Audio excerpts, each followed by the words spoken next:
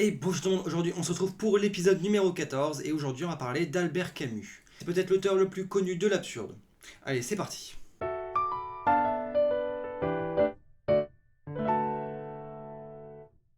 Donc Albert Camus est né le 7 novembre 1913 à Mondovì en Algérie et est décédé le 4 janvier 1960 dans un accident de voiture à Villeblevin en France.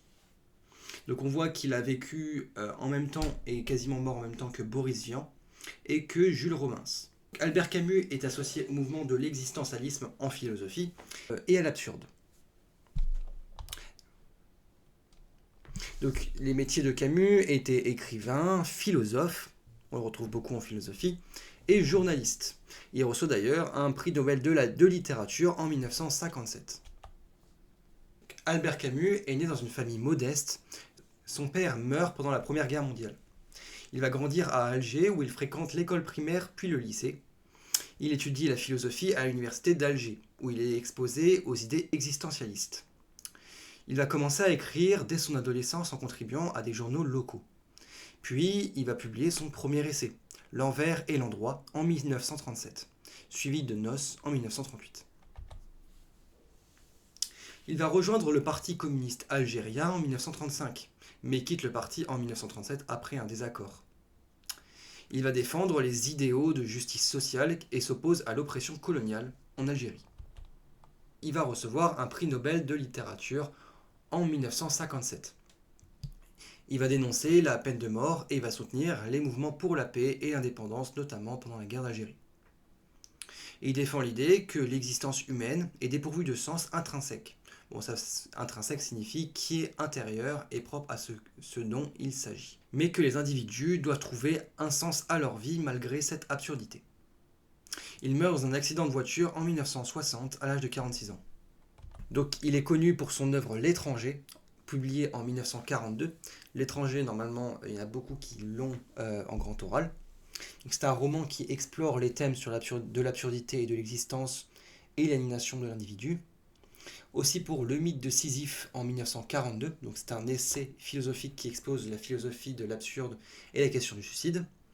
Ou encore La peste, donc là c'est un roman cette fois, publié en 1947, un roman allégorique sur l'occupation nazie qui explore les thèmes de solidarité et de la résistance. Bon, en fait, c'est un peu façon Moyen-Âge, La peste. On passe à un petit quiz pour vérifier vos connaissances sur Albert Camus. Donc, à quel mouvement Camus est-il principalement associé? Le symbolisme, l'absurde, le surréalisme ou l'existentialisme? Donc, Albert Camus est associé principalement à l'absurde et à l'existentialisme.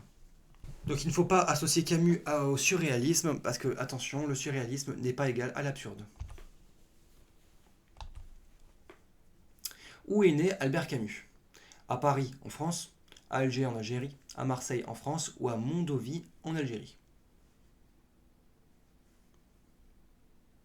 Donc Albert Camus, je vous donne le 50-50, il est né en Algérie, est né à Mondovì, en Algérie. Quels événements personnels a marqué la jeunesse de Camus? La mort de sa mère, le déménagement en France, la perte de son père pendant la Première Guerre mondiale ou l'obtention d'un prix Nobel de littérature. Donc il s'agissait de la perte de son père pendant la Première Guerre mondiale. Ça ne peut pas être l'obtention du prix Nobel de littérature puisqu'il était déjà adulte à cette époque. Quel roman de Camus est une allégorie sur l'occupation nazie en France? L'étranger, le mythe de Sisyphe, la chute ou la peste? Donc là, je vous l'ai déjà dit, hein, mais il s'agissait de la réponse D, la peste. Et enfin, en quelle année reçoit-il le prix Nobel de littérature? En 1952, en 1957, en 1962 ou en 1967? Donc Camus a reçu le prix Nobel de la littérature en 1957. La réponse B. Voilà, merci d'avoir regardé cette vidéo, j'espère qu'elle vous aura été utile. Non, on se revoit la semaine prochaine pour la suite. À la prochaine, à plus.